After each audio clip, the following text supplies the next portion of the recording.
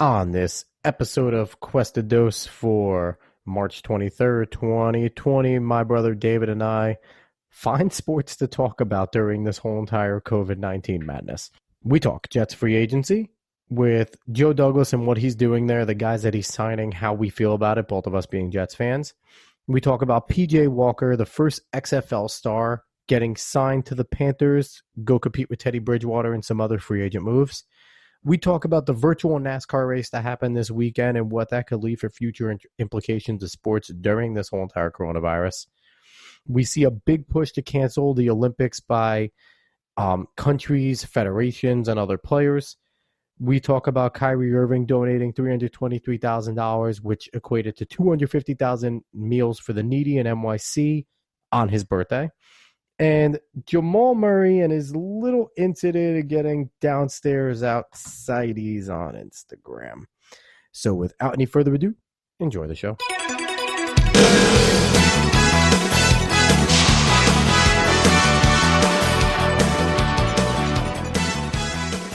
What's going on, sports fans? Welcome to another exciting edition of Cuesta Dos. I am Alex Cuesta, as always. On my virtual proverbial right/left diagonal somewhere is my brother David. Hi, David. Hello. Hi. How you doing?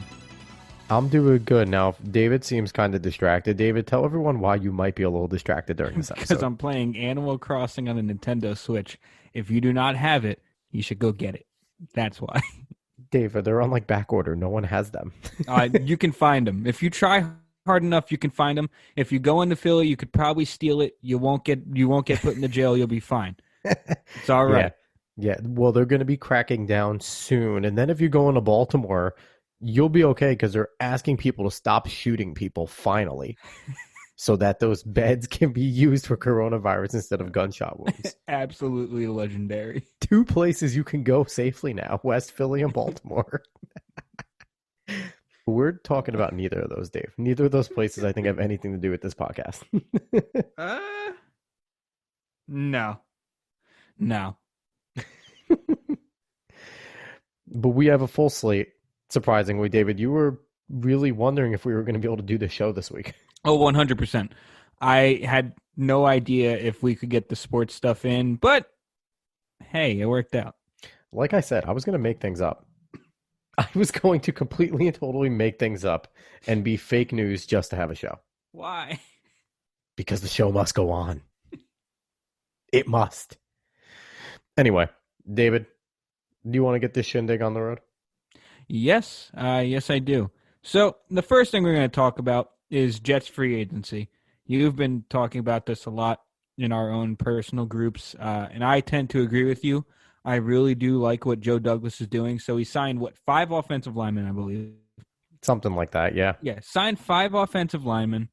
He just recently signed Pierre Desir from the Colts, a cornerback who's pretty good.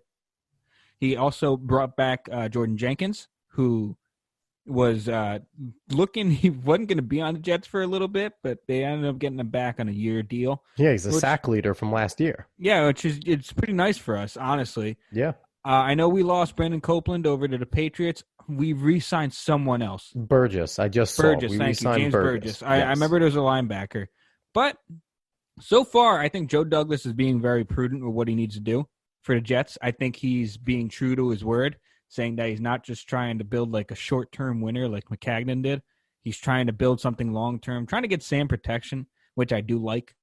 So I don't know what more you want to add to how you think he's doing this free agency, but I like it so far. It's going to be nice that for the first time in a long time, there's going to be some real competition on the offensive line, and it's not to be who's ready to play in the NFL type of competition that we've seen the last few years, where it's we have these guys that have started 3 games each. You guys are off the practice squad. Do it. No, these are a lot of starters from other teams that he's signing between Font, McGovern, that guy with the weird name, Ray something. He was a Jets fan apparently, and he's coming home. A lot of guys that were starters or played starter, have been starters before, started games, are going to come in and give a lot of competition. Now, I think he's still lacking in left tackle, but what I see that he's done so far, David, by bringing back Jenkins, bringing back Burgess, signing Desir, he's now opened up the draft board to himself at 11, where I think all of us Jets fans were looking at it, scratching our heads a little, going, oh, he's not making many moves. Yes, he got Font, but we got to go offensive lineman. Even if there's a great wide receiver there, we have to. We can kind of look at this and go, I've seen CD from Oklahoma as a mock draft guy. I've seen Jerry Jeudy potentially. He can really think long and hard about going wide receiver at 11 now with the things that he's done. Yeah. Yeah, and in fact, I think that's kind of what he's going for, is a wide receiver at 11. I mean, with all the stuff he's done on the offensive line, unless he feels like he needs another young guy in there just in case one of these guys don't work out, or just he wants more of a long-term thing, I think he's going wide receiver. Yeah, and you have to look at what he is doing. I think it's kind of the theory of, this goes for any NFL caliber quarterback, but especially Sam. When he's just standing there and delivering, he's as good as anybody else.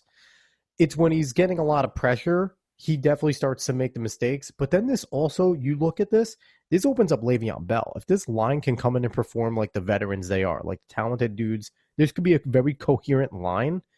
If you can get Le'Veon Bell and Bilal Powell some holes, and then Enunwa coming back healthy, potentially re-signing Robbie, you have Doxson, you mix in with Crowder, and also we have a decent amount, 2 tight ends that are coming back that are pretty damn good. This offense could score some points, and it could be a decent offense. And you have Greg Williams, who's a mastermind on defense. Did a lot with nothing last year. You're giving him something. It could be interesting for the Jets this year. I think it definitely can be. And I mean, the main focus is seeing where Sam is going to be at with a competent offensive line, and with what most likely will be a running game if we do have a competent offensive line.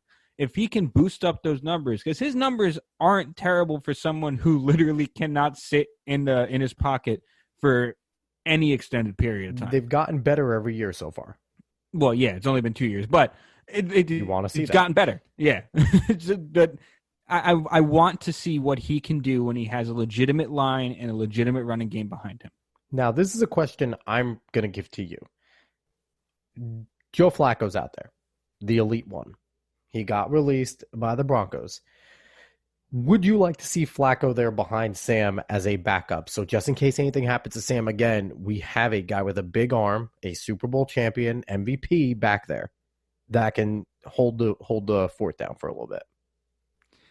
I don't know. I don't really like having Joe Flacco as a backup. I don't think he wants to be a backup either. I'm not going to lie to you. I don't think we'd persuade him to do that. I don't think he has an option. Where the hell is he going to go? I don't think he does either, but I think he might probably rather retire than be a backup. But we'll see. Did we not get Simeon back? Does that matter? Trevor Simeon was checked down Charlie last year. I understand that, but I don't know. Gase likes him. I think he's just going to end up being our backup anyway. I do not think that we'll go after Joe Flacco at all. Me just looking at it from the veteran standpoint, I wouldn't mind Flacco just in the quarterback room with Sam. He obviously studies his ass off, and he has the swagger to be a starting quarterback. So I think he might rub off on Sam a little bit there. I don't know. I wouldn't mind if they made the move if the price was right, and like you said, if he was willing. So we shall see. But overall, I'm pretty pleased with what the Jets are doing so far. This doesn't feel like the same old Jets so far. I know. It will be eventually, but listen, what we're hoping is that it doesn't feel like it. We're hoping that your theory of the AFC East patterns of teams pans out. That's what we're hoping for. We're hoping that there is proof that I patent that theory. So yeah, we're hoping that theory pans out and that Joe Douglas is the one to bring about the glory of the Jets during the 2020s, which is off to a bad start in life in general, but maybe they could be something good. So we're going to move on from a team that we think is doing pretty well, our team, and free agency, to some other notable free agency things that have happened recently. 2 things that I want to get off real quick is we love the XFL here. We do. If you've listened to us, you know that. And PJ Walker was signed to the Panthers, and just recently Jordan Talmu was signed to the Chiefs. Yep.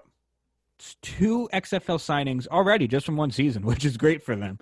But that's huge for the XFL, but it's also a huge loss for the XFL. I think they might be able to reload. There's a lot of football players all over the country, and they have a long time now to find other people. Yep. And I also feel like they knew they were going to lose people. So we'll see what happens there. But I'm really interested to see what these two quarterbacks can do in the NFL if they can prove that. Yeah, you can go through the XFL and still do good things on an NFL team and not get like cut. Now I'm curious, when does the XFL turn to Johnny Manziel? When do they turn to guys like Trent Richardson and guys like that they didn't even want to sniff this year? Are they going to come to a point where they're going to have to kind of grit their teeth and bear it for the league's sake? Or is it a bad sign when they have to go to those guys? They would have to if they're legitimately desperate. If they will not do it on their first year, then that only means that they have to if they're desperate. Because they obviously felt like they were good enough to not need them. And really they were. They were good enough to not need them in this first year.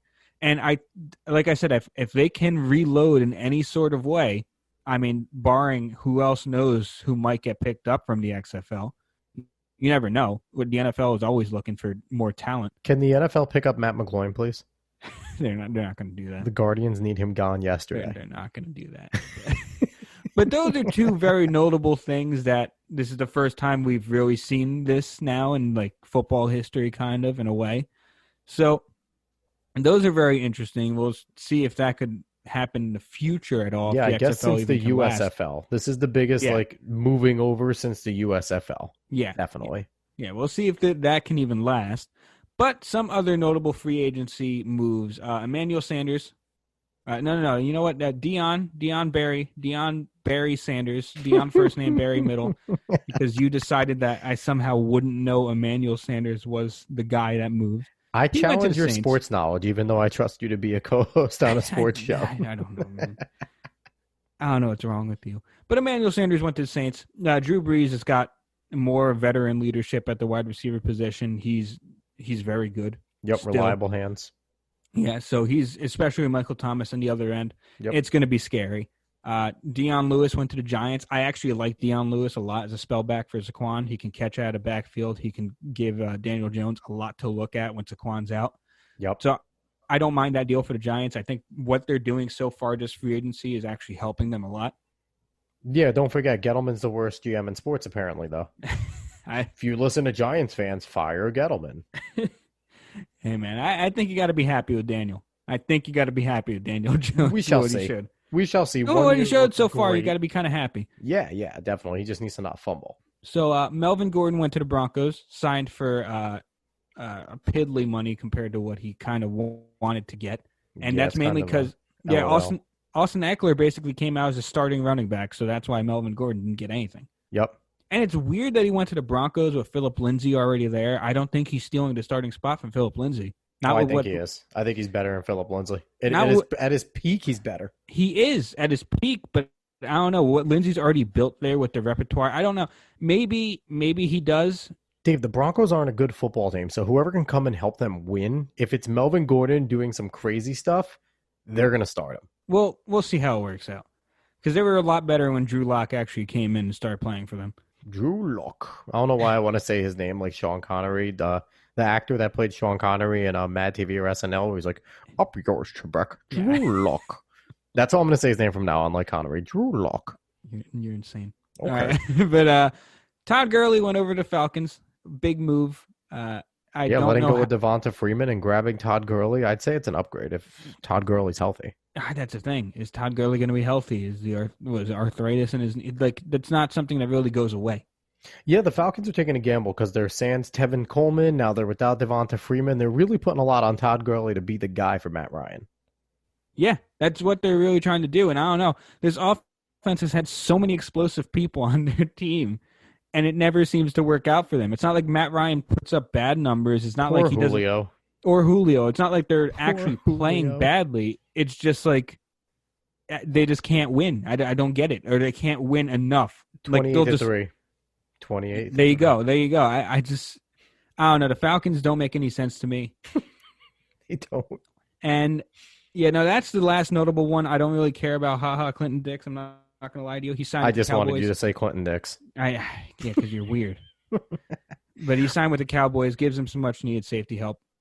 Now, Dave, I feel like the biggest hotspot in quarterbacks so far right now is now PJ Walker versus Teddy Bridgewater over in Carolina. We'll see. We'll see how PJ comes in. I really think PJ's really good, but I don't know. It's definitely a different speed in the NFL. Not like he hasn't played with the Colts at all, but he was there. Agreed, but I feel like when you sign the star of another league, you're going to give him a real look. Oh, no doubt. No, they're definitely trying to give him a look. Poor Teddy. Well, we'll see. I think Teddy's still going to win that starting job.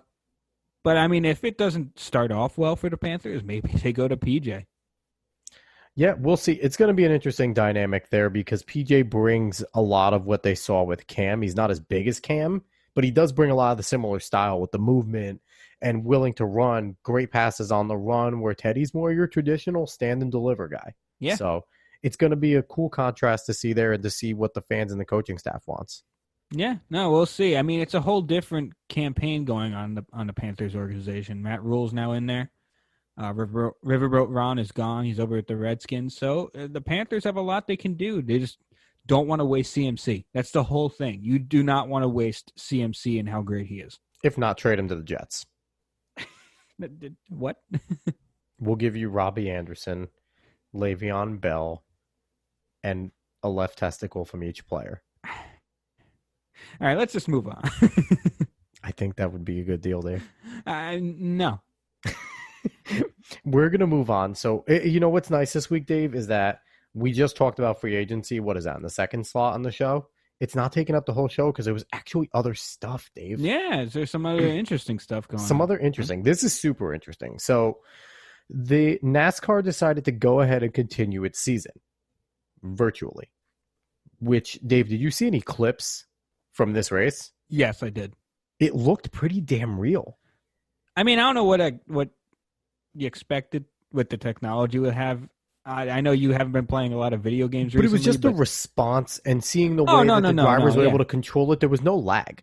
I know. Which is usually, on that grand of a scale, you're getting 43 different guys logging in for 3 hours. Oh, yeah. No, it's insane. It's insane how good we've gotten. But it's awesome to see that happen because it opens up the door for a lot. If you're able to do that, you can do a lot of different things. Yep, Denny Hamlin, the winner, who ended up beating Dale Earnhardt Jr. in the last turn. It was quite literally as exciting as real NASCAR. Without the injuries, I don't know if we're opening up Pandora's box here where NASCAR might never exist in its real form again, but I digress. He said, he's like, just the feel of it, the response, the way the wheel felt and how it like moved on him, those types of things. He said it felt pretty real in terms of having to control the car and the shock. So whoever designed this did a really good job. And this is a lot more engineering as well as video game design going into this. Yeah. It's super cool. I can't say I watched a whole lot, but I definitely tuned in for some of it. And it was just so cool to watch. Yeah. It really looked like I was watching a live race. Oh, yeah, no. It's bizarre. It's ridiculous how good we are. I don't think you've ever done virtual reality, right? No, not yet. Okay, if you've ever done that, you can understand how close we are. Because you can do VR generally for not an exorbitant amount of money. It's a good amount, but it's not crazy. Like, you don't need to be like... right? What? You're talking about the Oculus Rift? Yeah, the Oculus Rift, yeah. You don't need to be, like, wealthy in order to do VR. You just need to set aside money. But you can do so much and enter... Like, you're literally entering another world. You come out of it, and it feels different. So I can see how they're able to do this, and I can't wait for more of this stuff to come out, because it's definitely going to come out, whether relying on sports or other things. So, David, side note, we're talking about virtual. We're talking about all that stuff. It's only a matter of time before something like Skyrim hits that, right? And I think Skyrim is on the Oculus Rift already. I'm making the call. Might be. Minecraft is. I'm making the call. VR. I've said it again. Nintendo, Pokemon, Mind Freak, Niantic, whoever needs to do it, they're all Pokemon companies. Create a Pokemon like Skyrim. Get with Bethesda and do an open world Pokemon. It will be the highest selling game in the history of games, and it will never lose money. And you have 1 million regions and 1 million Pokemon. Do it and make money. With the way Pokemon fans buy Pokemon games. You're probably right. You're telling me you wouldn't try that out if you could walk around as a trainer and control Pokemon and walk through and actually capture wild ones? I don't care who's listening to this. We all know what it is. No, I would definitely try it. I'm just remarking on how they'll buy games that don't seem that good. But yeah, Pokemon Go went crazy. Pokemon Go. Pokemon Go is free, but it was also great. It was really good augmented reality for the time. But we don't have to go too crazy into this. This is a sports show. I'm just saying. Listen, it could end up being a sport. Being a Pokemon master, you add that in the VR, that's like wrangling fish. It's a sport. It's true. You have to stun them first.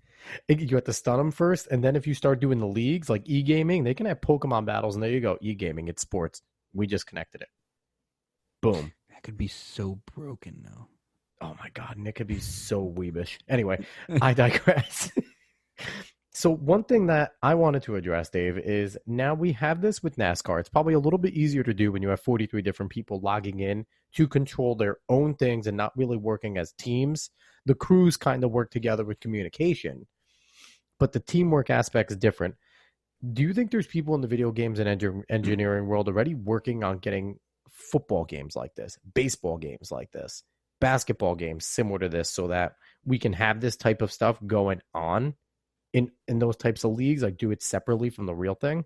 Most likely, I would say. It's got to be more difficult to do with the team aspect. Oh, 100%. But they're most likely looking at ways to do something like this when it gets to other sports.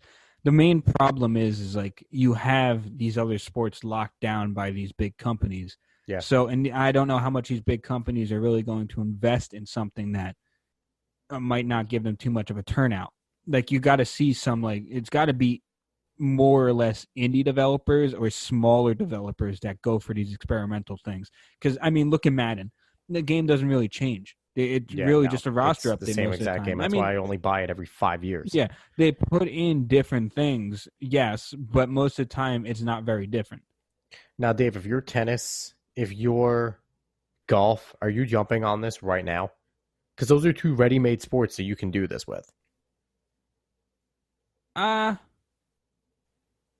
Yes and no.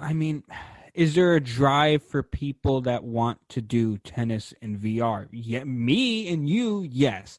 Maybe other people, I don't know how much.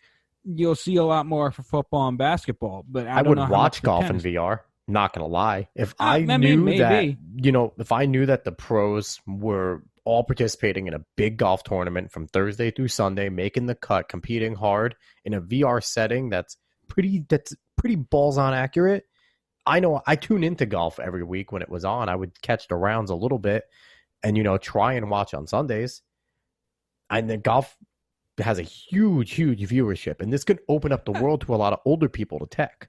Oh, that's true. No, golf, I think, would have a better chance of this than tennis. Because, golf, they already have those little where the screens where you're hitting a fake virtual ball and you're seeing how far it drives and you're seeing what your swing is like. Yeah, I did it the other day. Yeah, exactly. But golf already has something similar in a way, so they can definitely work on this more than tennis can. The main problem is like this stuff is awesome, but it's hard to take the reality out of it. Yep. Because you'll be missing so many great things that happen just because of how ridiculous reality can be. Like reality is stranger than fiction. We already know this. Absolutely. So if tennis does this though, it needs to be like Virtua Tennis, and all the guys need to dive head first for everything. That's all they do. That's all they do is dive.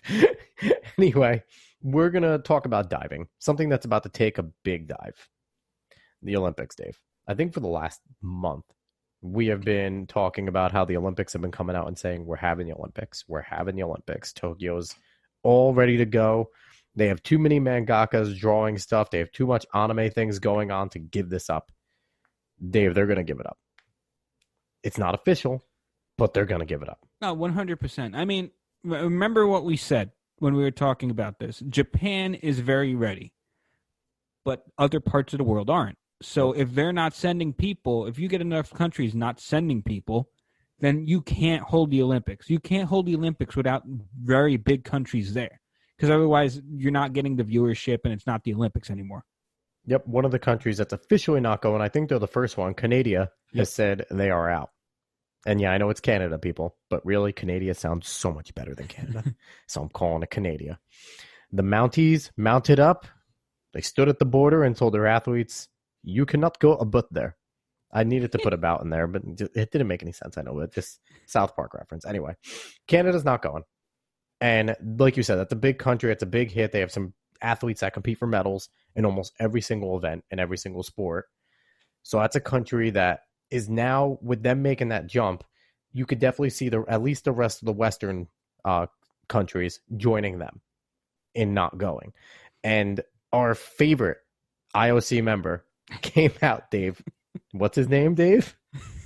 His name is Richard Pound. Say it right. His name is Richard Pound. I'm going to fight you so hard. Dude, it's not even like they put that in the update. In the ESPN update, Dick Pound. I really feel like he says it just because he knows. He knows. Anyway, Dick Pound came out and said that the games are going to be pushed back to 2021. Interestingly enough, piggybacked on that same exact ESPN blip that I got.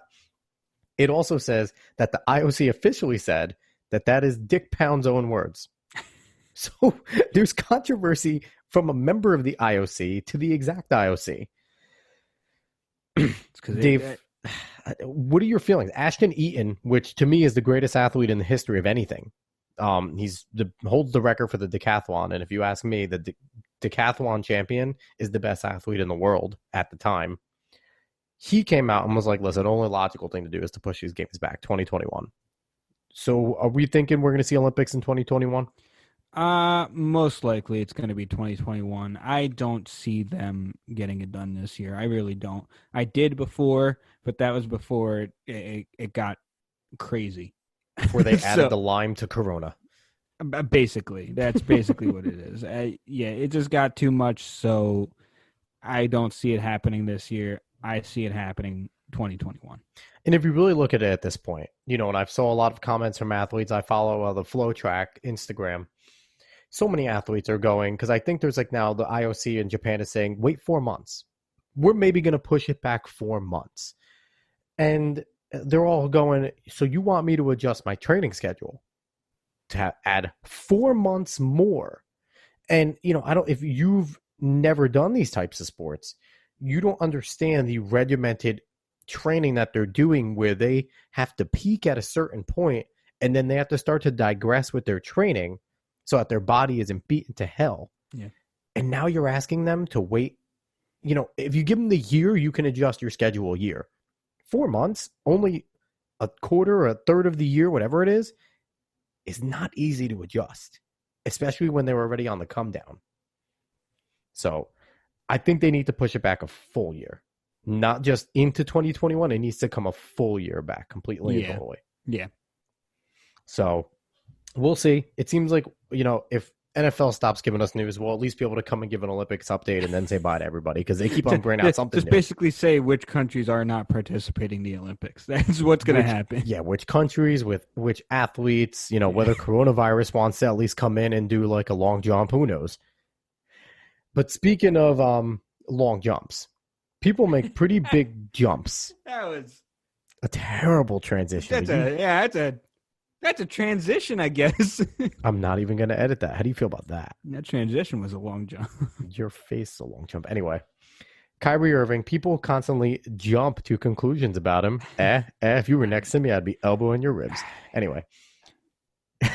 We have to be 6 feet apart, dum-dum. I will take a stick. Anyway. And I will put my elbow, like a little rubber elbow on it, and it'll technically be elbowing you. Anyway. So he donated $323,000 in food, which ended up coming out to 250,000 meals to feed the needy in New York City during this coronavirus outbreak. And it's his birthday today. Does this help his image at all, Dave? His image has been, he's such a selfish dude. He's a head case. I don't think. The thing is, I really don't care about the story. I'm not going to lie to you. Mainly because I don't think he cares about his image. Otherwise, he wouldn't do some of the things he does. It's not even he thinks he'll look bad, or he doesn't care about it. He just does it because he wants to. That's his personality. So this is an awesome thing to do. But I don't think he cares about how people think of it. I think he cares about the meals that he's giving to the people. Yeah, and mind you, like we've talked about the other athletes that were donating to the arena workers, which is great. And that's awesome. They're trying to help the people that help keep their sport going in the arenas. Yeah, no, we're seeing tons of athletes do a lot of great things just for the community around them, whether it's the people working in the arenas or the people in their community. They're stepping up and they're doing a lot of great things for them. As actually, we see athletes do basically all the time. Yeah, that's the thing. Now we're noticing it because there's nothing else to notice. There is constant charities. I think every athlete, as long as they get that one big check, starts a foundation or a charity in their area. And they all do great things. So I really I like the story just because it's nice to see another big name doing something like this. Because, it's when the little guys do it, not to call them little guys, but the non-superstars do these types of things, it's a blip. When Kyrie does this, it kind of has a trickle effect because now it kind of puts the pressure on your Kevin Durant's. It puts the pressure on your other big names to do something big as well. So that's kind of the trickle down from this. We're not to say they weren't going to do it anyway, but this definitely puts the pressure on the guys to do something big as well for their communities. Yeah, and I mean we're going to see more of this, and it's all great. It's all great to do these things. This is what it means to to be an American. When you get this money, you can go and give it back. That's what it means when you get the money. You can always give back to the community that helped you get there. I was going to make a political statement, but I'm not going to. Don't do that. Don't do that. I won't. You can't make me. All right. Someone who I guess made some of a political statement at 3 a.m. is Jamal. How's this? What? No.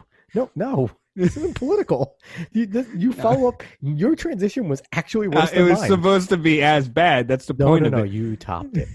It was bad. Good. It was supposed to be awful. Anyway, Jamal Murray posted on his IG story. It was his IG story, right? Story, or I don't know what it was. It was IG story. I'm almost certain. Something. He posted at 3 a.m. Him getting downstairs outsideys. That's what I'm going to call him. Downstairs outsideys. I'm not going to go on and explain what happened to him, but I'm going to explain. I'm going to say that he put that on his story, and everyone saw it. It's honestly pretty amazing that it happened. He obviously took it down, which is the right thing to do because he really shouldn't have put it up there. But I'm not going to lie, it's pretty funny, especially Dave, in this time. He was hacked. There's no way. No way. It's really hard to hack a story. Like, stories are pretty, like, you gotta be active to post a story. like if anyone's ever used Instagram, like, maybe hacking a post and sneaking one on there, that's fine. But to do a story, I'm just gonna hope he was drunk, because at least maybe that's some sort of excuse to do something stupid. To take a video, you gotta press and hold it too.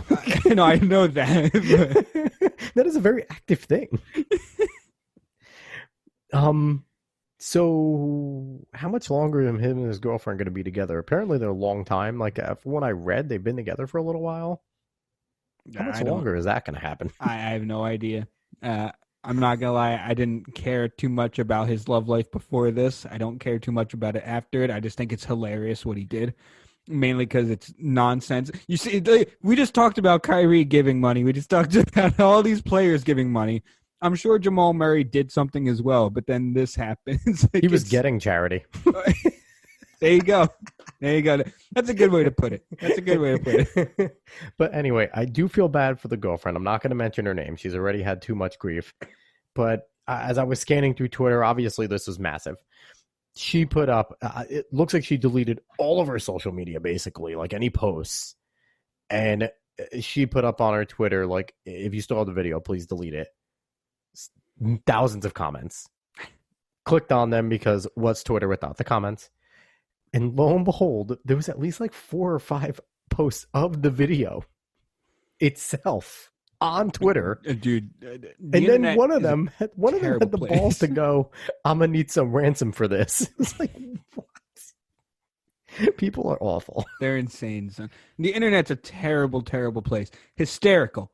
But a terrible, terrible place. You have to know what you're getting into. 2 ends of the spectrum. It is the awesome and greatness, of being close to the athletes and the people than the terribleness of being close to the, like, we got a little too close to Jamal Murray. A little too close. Yeah. No one wants to see it, but we did. You hate to see it, Dave. You hate to see it.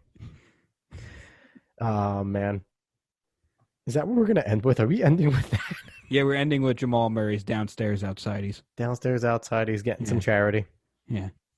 Oh, I do want to say, I'm going to put this out there. We don't talk about Colin Cowherd much on this show. I happen to be a fan of Colin Cowherd. A lot of people hate him. I do have to say, Colin was right. He called Tom Brady to Tampa, I think, like 3 or 4 days before. He did. I did see that. See, I don't care too much about Colin Cowherd, but I do know that Joseph Hackett, he does the playbook whenever they can, which hasn't been. And I don't know if it's going to come back for a while now. Yeah, we'll see. We'll see what happens. We'll see. But I do know that he loves Colin Cowherd's daughter, Liv Cowherd. I know a lot of people love Colin Cowherd's daughter. Joe would definitely try to get a sock.